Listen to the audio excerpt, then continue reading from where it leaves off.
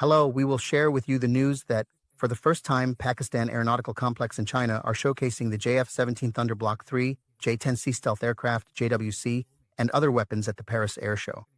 The consortium of BAE Systems and Leonardo is providing new capabilities for the French Rafale fighter jet, and other important international defense news from Norway will also be included in this video.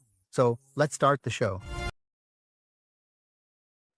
For the first time, China is displaying scale models of the export version of its J-10C fighter aircraft, the Air Force version of the J-35A stealth aircraft, the export version of the JF-17 Thunder Block 3, as well as the KJ-500 airborne early warning and control aircraft at the Paris Air Show.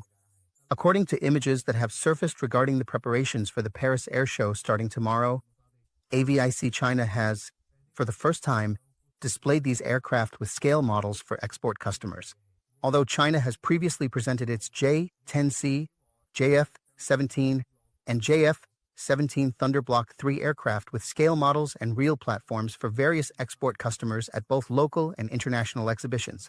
However, this is the first time that these aircraft have been displayed with scale models for export customers in the European market during the Paris Air Show. It is worth noting that just a few days ago, Pakistan confirmed that China has offered the KJ-500 airborne early warning and control aircraft and the J-20A stealth aircraft to Pakistan. We have already shared detailed videos about this with you. This is the first time that China has displayed its KJ-500 airborne early warning and control aircraft with a scale model at an international defense exhibition. This is a third-generation long-range active electronically scanned array radar platform that can detect and track between 100 to 120 different types of targets at long range. Meanwhile, regarding China's J-35 aircraft, Chinese state media sources say that the company has claimed the J-35 will be produced in large numbers in the coming period. So far, China has introduced two variants of the J-35. One is the J-35 carrier-borne stealth aircraft, which is being developed specifically for the Chinese Navy, while the other is the J-35A, a multi-role platform that can be used not only in air-to-air, air-to-ground, and anti-surface roles. China is also presenting it to export customers. China officially presented the J-35A for the first time at last year's Zhuhai Air Show in November.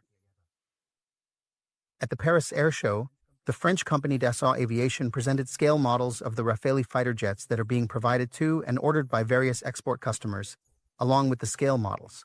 Additionally, for the first time, a full-scale model of the Rafale fighter aircraft has also been seen with conformal fuel tanks. It is worth noting that just a few days ago, during the recently concluded Indo-Defense exhibition in Indonesia, Dassault Aviation, the manufacturer of the Rafale, presented a scale model of the Rafale fighter jet being prepared for the Indonesian Air Force.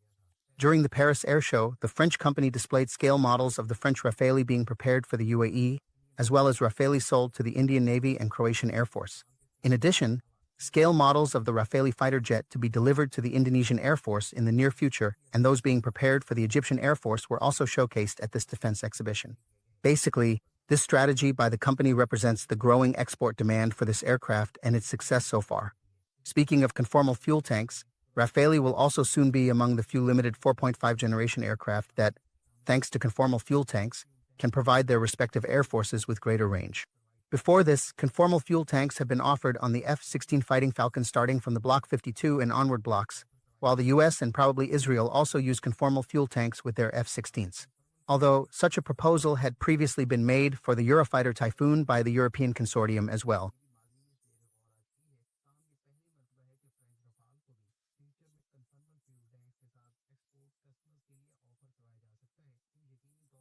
To further extend the range of the aircraft.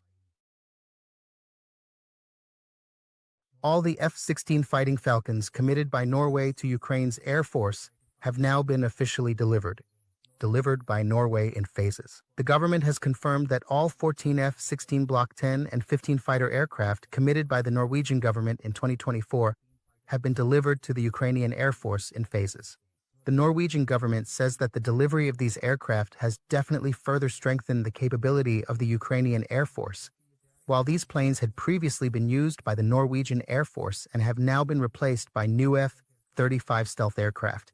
Meanwhile, the Netherlands has also delivered the F-16 fighter aircraft it had committed to Ukraine, while the delivery of the aircraft committed by Denmark and Belgium is ongoing in phases. It is worth mentioning here that the United States had authorized the Norwegian Air Force to supply a total of 22 F-16 fighter aircraft to Ukraine.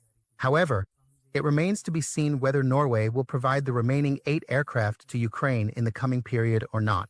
Recently, the Ukrainian Air Force, with the help of an airborne early warning and control aircraft provided by the Swedish company Saab, used an F-16 Fighting Falcon to shoot down a Russian Su-35 fighter jet with an AMRAAM air-to-air missile as the Russian aircraft was flying in to enter Ukrainian airspace from Russian territory.